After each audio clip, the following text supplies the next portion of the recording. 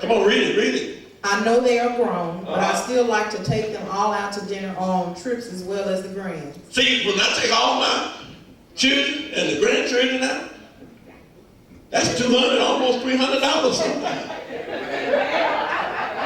And they just happy. You all just see that they're so happy on that Sunday. You at Bryson, you got a table going around there, and then they make a L. You go around, and just seem like they just happy, they don't want to leave. But we should want to be able to minister to them clear up until we leave this life. That's a reason to pursue this. Well, read it, read it. I want to help my brothers, aunts, uncles, cousins, etc. Look here, my oldest brother came by the house yesterday, and he came to vent to his baby brother. He wanted to talk about everything. We even went back in time. He was born in 44, I was born in 51. He was trying to figure out how old I was. He thought I had made 62 yet. I said, man, you were born in 44. I said, that's 71 years old. I said, what you need to talk about? And then he got real serious. Not his oldest son, but about the middle son, was convicted and sent off for 80-some years. And it was circumstantial. Even the test that came back proved that he hadn't done what they said he had done. And so they're on appeal. His son is 40-some years old.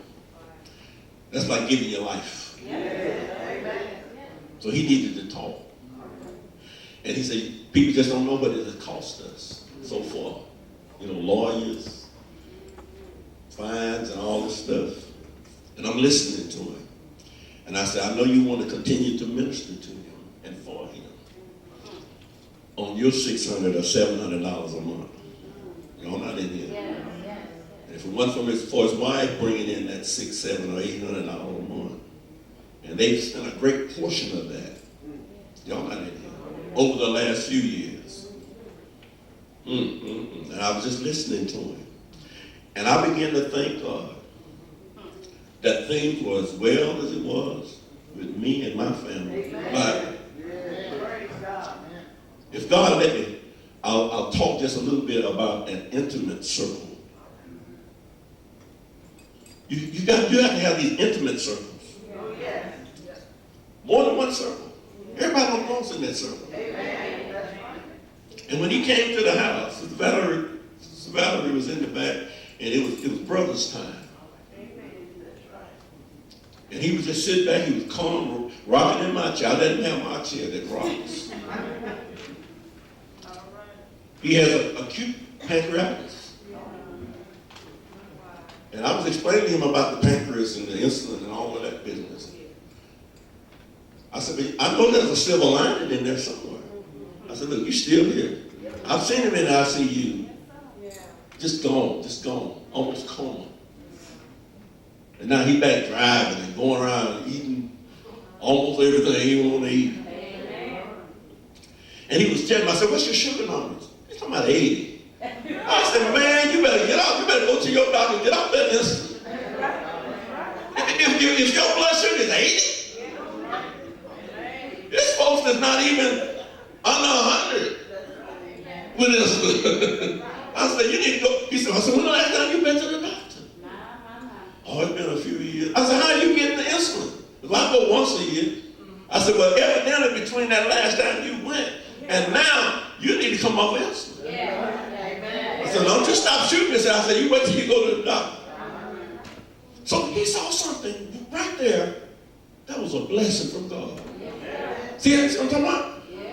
And if you pursue the financial blessings of God, it'll go well with it. Just think about all of this, that's the various things that he's been spending out and doing it and I'm telling him, I said, you're blessed and really don't know it. So watch what I said. Watch what I wrote down there. Read it. I want to draw circles of intimacy around my life. Uh-huh. You cannot build intimacy wherever there is deception and dishonor. So if there's some dishonor and deception within your circle, now you got to have a different circle for that. And don't let, for the lack of a better word, your good people be in that one. For the lack of a better word. In your various circles of intimacy, those that you allow close to you, you're going to have all kind of circles that you run in. You're not discriminating or prejudiced, but you have to protect the intimacy of those around you. So maybe you can deal with it, but maybe the people you're bringing into that circle, maybe it will destroy them. So your intimate circles, you need to make sure you categorize and make sure, like when you go out to dinner on a Sunday, or you have a group over your house, don't you let certain ones come in that group. Y'all not in there with me. Because they don't belong. Now you take that circle out to dinner at a separate time.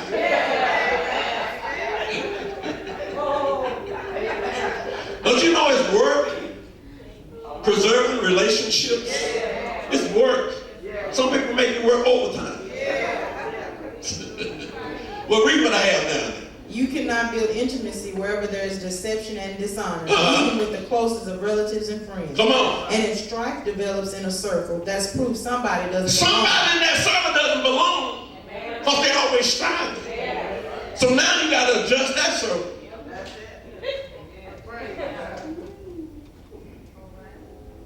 And make sure those that are in strife with one another don't come in contact with each other while you're in that circle.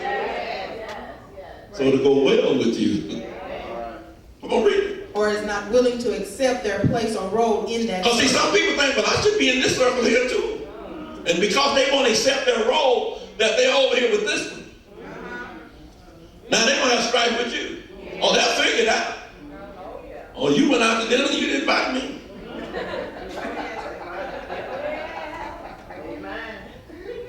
I want to give y'all a good example.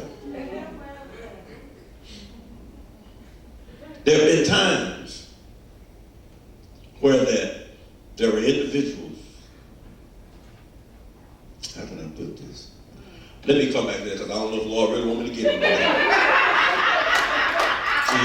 Come on, read it. Never minister finances to circles number 2 and 3 before you minister to circle number 1. You have a circle number 1, that's your intimate group. That's your family, that's your children, your close relatives.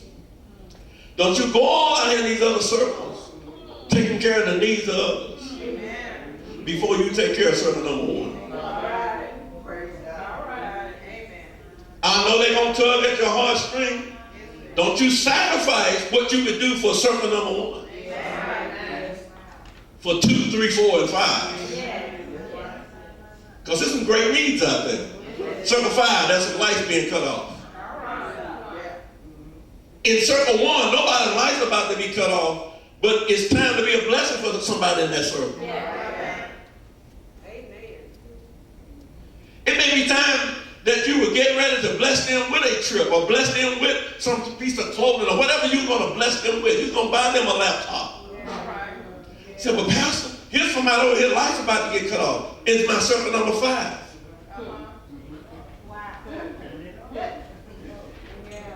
You take care of circle number 1 first.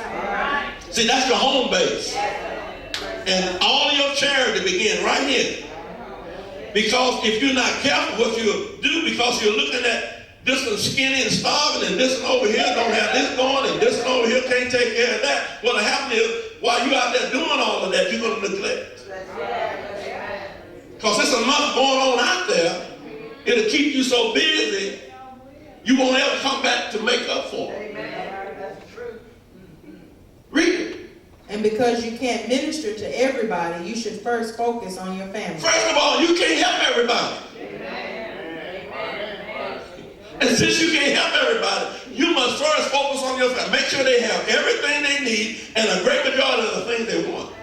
That's why sometimes that circle number 1 has to be getting some things that they want, while circle number 5, there's some things that they need. That's not your responsibility. Oh, I'm messing up with it too. When Joseph was in Egypt, over Egypt, and the brothers was at home and got home, Joseph didn't sit for everybody and give them coin and put their money back in their sacks. How many of you know the Bible? The Bible said when Joseph's brothers came and bought the coin, they filled the sacks up with the coin, but Joseph said take their money and put it back in the sacks. He hooked them up. So when they went back home, they had coin and the money that they had. He didn't do that to everybody. You can't do circle number 5 like you do circle number 1. You can get the money back, even though they didn't need it at that point, because they still had more money to come back and buy, even if he had kept that money. I was about to lose some of them for me. I don't care if it's circle number 2. They're still really close. They're close to you. They're almost as close as circle number 1. You're going to have some cousins and some brothers and some sisters in circle number 1 that's supposed to be in circle number 1. You've had to put them in circle number 2. And then they'll notice that. You didn't invite me over when y'all. They'll mess the party up for everybody.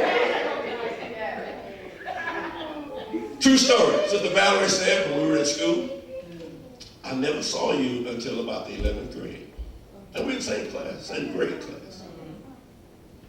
I explained it to her.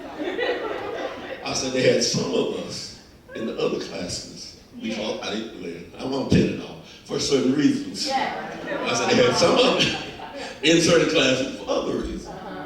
And the twain would have never met.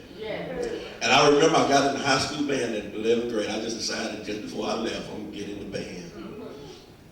And it put me in one of those classes that I'd never been in a class with these students, although they were in my grade. But I hope you know what I'm talking about. I'm not trying to say that about you.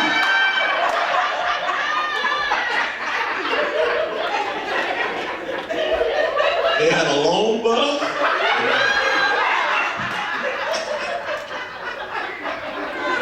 She wasn't on no short bus. But that was why. They had a certain percentile with the grade averages. We weren't in classes with certain people. That's just the way it was. They still do it out there. But I ended up, I said, well, I knew these folks was in my grade, but I never had been in classes. And the teacher told me, I never will forget, she told me, she said, you're not going to do well in here. I said, why? She said, well, you're just not going to do well in here. And when I went into the class for 2 semesters, 2 9-week periods, I had A's. I got in there, and she gave me a C. I said, what you give me a C for? I said, she said, I told you you weren't going to do well in here. Because what she was doing was, she really wasn't keeping up the test scores. She was just putting down grades. She was giving people C's and D's. That's what she was doing. Now, this back in 67. That's what she was doing. She was putting down grades. C for color. And I protested. I said, look at my other courses. I said, A, B here, there, no C's. I said, that C look funny on that. I asked her that. I said, well, I said, that looks funny on that to me. And right then and there, she changed me. Gave me a B.